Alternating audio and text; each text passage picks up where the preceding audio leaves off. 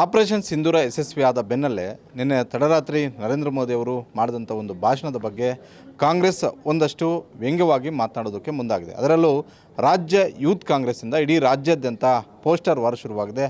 ಈ ಬಗ್ಗೆ ನಮ್ಮ ಜೊತೆ ಮಾತನಾಡೋದಕ್ಕೆ ಮಾಜಿ ಸಚಿವರು ಹಾಗೂ ಮಾಜಿ DCM ಆಗಿರುವಂತಹ ಅಶ್ವಥ್ ನಾರಾಯಣ ಅವರಿದ್ದಾರೆ. ಸರ್, ಮೋದಿ ಭಾಷಣ ಸಾಕು, ಇಂದಿರಾ ನಡೆಯಬೇಕು ಅನ್ನುವಂತಹ ಪೋಸ್ಟರ್ ವಾರ್ BJP ವಿರುದ್ಧ, ಪ್ರಧಾನಿ ನರೇಂದ್ರ ಮೋದಿ ಅವರ ವಿರುದ್ಧ ಕಾಂಗ್ರೆಸ್ ಮಾಡ್ತಾ ಇದೆ. ನೋಡಿ, ಆಪ್ರೇಷನ್ ಸಿಂಧೂರ್ ಹೈಲಿ ಸಕ್ಸಸ್ಫುಲ್, ಅದೆಲ್ಲರೂ ಒಪ್ಕೊಳ್ಳೋಂಥದ್ದು. ಆಪ್ರೇಷನ್ ಸಿಂಧೂರು ಭಾಳ ಯಶಸ್ವಿಯಾಗಿರಬೇಕಾದ್ರೆ ಅದನ್ನು ಅಭಿನಂದಿಸ್ಬೇಕಾ ಅಥವಾ ಇತಿಹಾಸಕ್ಕೆ ಹೋಗ್ಬೇಕಿತ್ತ? 71, 65, 47 ಎಲ್ಲರಿಗೂ ಗೊತ್ತಿದೆ ಅದೇನಾಗಿದೆ ಅಂತ. ಈಗಿನ ಅತಿ ಅದ್ಭುತವಾಗಿ, ಅತಿ ಉತ್ತಮವಾಗಿ ಏನು ಆಪ್ರೇಷನ್ ಸಿಂಧೂರನ್ನು ಯಶಸ್ವಿಯಾಗಿ ನಮ್ಮ ತಂತ್ರಜ್ಞಾನ, ನಮ್ಮ ಪ್ರತಿಭೆ, ನಮ್ಮ ಶಕ್ತಿಯನ್ನು ಇಡೀ ವಿಶ್ವಕ್ಕೆ ಪ್ರದರ್ಶನ ಮಾಡುವಂಥದ್ದಾಗಿದೆ. ಮುಂದುವರೆದ ರಾಷ್ಟ್ರಗಳು ಈ ಸಾಧನೆ ಮಾಡೋಕ್ಕಾಗಲ್ಲ. ಅಂಥ ಅದ್ಭುತ ಸಾಧನೆಯನ್ನು ಇವತ್ತು ನಮ್ಮ ದೇಶದ ಸೈನಿಕರು ಮಾಡಿ ತೋರಿಸಿದ್ದಾರೆ. ಇದ್ರ ಬಗ್ಗೆ ಮಾತಾಡೋದು ಬದಲು ಅಲ್ಪರಂಗೆ ಹೋಗಿ ಇತಿಹಾಸಕ್ಕೆ ಹೋಗ್ತಿದ್ದಾರೆ. ಅಲ್ಪರಂಗೆ ಇವತ್ತಿನ ಈ ಸಾಧನೆ ಯಶಸ್ವಿ ಅಲ್ವಾ? ಅದೇ ತಾನೇ ನಮಗೆ ಶಕ್ತಿ ಕೊಟ್ಟಿರೋದು. ಇವತ್ತು ಕಿಕ್ ಕೊಡ್ತಿರೋದು ಎಲ್ಲರಿಗೂ. ಏನು, ಯಾಕೆ ಕಿಕ್ ಕೊಟ್ಟಿದ್ದು? ಏನು ನಮ್ಮ ಶಕ್ತಿ ಅಂತ ನೋಡಿದ ತಕ್ಷಣ ಜನಕ್ಕೆ ಇನ್ನೂ ಮಾಡಬೇಕು ಅಂತ ಅನಿಸ್ತಿದೆ. ಒಬ್ಬ ಎದುರಾಳಿ ಸರೆಂಡ್ರ್ ಆದಾಗ ನೀವು ಹೊಡೆಯೋಕ್ಕಾಗತ್ತಾ? ಎದುರಾಳಿ ಸರೆಂಡ್ರ್ ಆಗಿ ಬಂದಿದ್ದಾನೆ, ಎದುರಾಳಿ ಸರೆಂಡ್ರ್ ಆಗಿದ್ದಾರೆ. ನಾವು ಮಾಡಿದ್ದು ಯುದ್ಧ ಅಲ್ಲ, ನಾವು ಮಾಡಿದ್ದು ಆಪ್ರೇಷನ್. ಸೊ ಆಪ್ರೇಷನ್ ಅನ್ನೋದು ಪ್ರಾರಂಭದಿಂದ ಹೇಳಿದ್ದೇನು, ಏನು ಒಂದು ಭಯೋತ್ಪಾದಕರಿಗೆ ಎಲ್ಲೇ ನೆಲೆಗಳಿದ್ರು ಅದನ್ನು ನಿರ್ನಾಮ ಮಾಡ್ತೀವಿ ಅಂತ.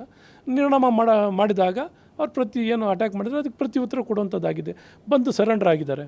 ಸರ್, ಕಾಂಗ್ರೆಸ್ ಅವರು ಹೇಳೋದೇನೆಂದರೆ 1971 ಆಗಿರ್ಬೋದು, 65 ಆಗಿರ್ಬೋದು, 1947 ಆಗಿರ್ಬೋದು, 1999ರಲ್ಲಿ ವಾಜಪೇಯಿ ಅವರ ಕಾಲದಲ್ಲೂ ಕೂಡ ಅವರು ಶರಣಾಗಿ ನಮ್ಮ ಮುಂದೆ ಮಂಡಿಯೂರಿ ನಾವು ಸೋತೋಗಿದ್ವಿ ಅಂತ ಹೇಳಿದ್ರು. ಆದರೆ ಇವತ್ತಿನ ಭಾರತದ ಪರಿಸ್ಥಿತಿ ಆ ರೀತಿಯಾಗಿಲ್ಲ. ಸೈನ್ಯವೇ ರೆಡಿ ಇದ್ದರೂ ಕೂಡ ಪ್ರಧಾನಿ ನರೇಂದ್ರ ಮೋದಿ ಮತ್ತು ಅವರ ಸರ್ಕಾರ ಅದಕ್ಕೆ ಗ್ರೀನ್ ಸಿಗ್ನಲ್ ಕೊಡ್ತಿಲ್ಲ ಅನ್ನುವಂಥ ಒಂದು ಆರೋಪವನ್ನು ನಿಮ್ಮ ಮೇಲೆ ಮಾಡ್ತಿರೋದು. ಆರೋಪ ಏನು? ಹಿಂಗೆ ಯಾರು ಎಕ್ಕಿ ಹೊಡೆದಿರೋದು?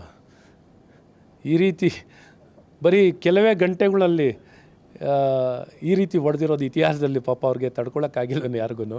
ಭಾಳ ಅದ್ಭುತವಾಗಿ ಕೊಟ್ಟಿದ್ದಾರೆ, ಅದ್ಭುತವಾಗಿ ಪರ್ಫಾರ್ಮೆನ್ಸ್ ಆಗಿದೆ. ಸೊ ಅದ್ಭುತವಾಗಿ ಪ್ರದರ್ಶನ ಆಗಿದೆ. ಎಲ್ಲವನ್ನೂ ಸುಗಮವಾಗಿ, ಸರಳವಾಗಿ, ವ್ಯವಸ್ಥಿತವಾಗಿ ಪಾಠ ಕಲಿಸುವಂಥದ್ದಾಗಿದೆ. ಇವತ್ತು ಸರೆಂಡರ್ ಆಗಿದ್ದು ಯಾರು? ಮಂಡಿ ಹುರ್ಕೊಂಡು ಓಡಿ ಬಂದಿರೋರು ಇನ್ಯಾರು? ಮಂಡಿ ಹುರ್ಕೊಂಡು ಬಂದಿರೋರು ಯಾರು? ಪಾಕಿಸ್ತಾನ್. ಎಲ್ಲದರ ಬಗ್ಗೆ ಚರ್ಚೆ ಮಾಡೋದಕ್ಕೆ ಅಧಿವೇಶನ ಕರೀಲಿ, ಸಂಸತ್ ಕರೀಲಿ ಅಂತ ಒತ್ತಾಯ ಮಾಡ್ತಿದ್ದಾರೆ. ಖಂಡಿತ ಕರೀತಾರೆ.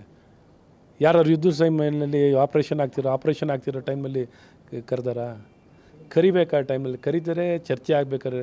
ಇದು ಪ್ರಜಾಪ್ರಭುತ್ವದಲ್ಲಿ ಯಾರನ್ನ ನಿಲ್ಲಿಸ್ಲಿಕ್ಕಲ್ಲ. ಯಾರ್ಯಾರ ಅಭಿಪ್ರಾಯಗಳು ಏನು ಹೇಳಬೇಕಾ, ಇದು ಅವ್ರವ್ರ ಅಭಿಪ್ರಾಯಗಳನ್ನ ಹೇಳ್ತಾರೆ. ಅಭಿಪ್ರಾಯ ಹೇಳೋಕ್ಕೆ ಸಿಗುತ್ತೆ, ಆಗ ಅವ್ರ ಅಭಿಪ್ರಾಯಗಳು ಹೇಳಿದಾಗ ಅವ್ರಿಗೆ ಸಿಗುತ್ತೆ ಏನೆಲ್ಲ ಅಭಿಪ್ರಾಯಗಳು. ಆಪರೇಷನ್ ಸಿಂಧೂರ್ ಅಂದ್ರೇನು, ಬಾಲ್ಕೋಟ್ ಅದೇನು, ಉರಿ ಇದೇನು, ಎಲ್ಲವನ್ನೂ ಉತ್ತರ ಸಿಗುತ್ತೆ. ಸರ್ಜಿಕಲ್ ಸ್ಟ್ರೈಕ್ ಏನಾಯಿತು, ಎಲ್ಲವನ್ನೂ ಉತ್ತರ. ಚರ್ಚೆ ಈ ಭಾರತದಲ್ಲಿ ಆಗಲಿ, ಆಗೋ ಟೈಮಲ್ಲಿ ಆಗುತ್ತೆ.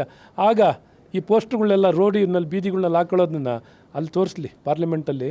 ಆಗೋ ಟೈಮ್ಗೆ, ಈಗೇನು ಆಗಲ್ಲ, ಆಗೋ ಟೈಮ್ಗೆ ಪಾಪ ಅವ್ರಿಗೆ ಸಮಯ ಕೊಡ್ತಾರೆ, ಆಗ ಮಾತಾಡಲಿ. ಈಗ ಇಂಥ ಏನು ಕೀಳು ಮಟ್ಟಕ್ಕೆ ಇಳಿದು ಈ ಫ್ಲೆಕ್ಸ್ಗಳು ಹಾಕೋಕ್ಕೆ ಸರ್ಕಾರದಿಂದ ಅವಕಾಶ ಇದೆಯಾ?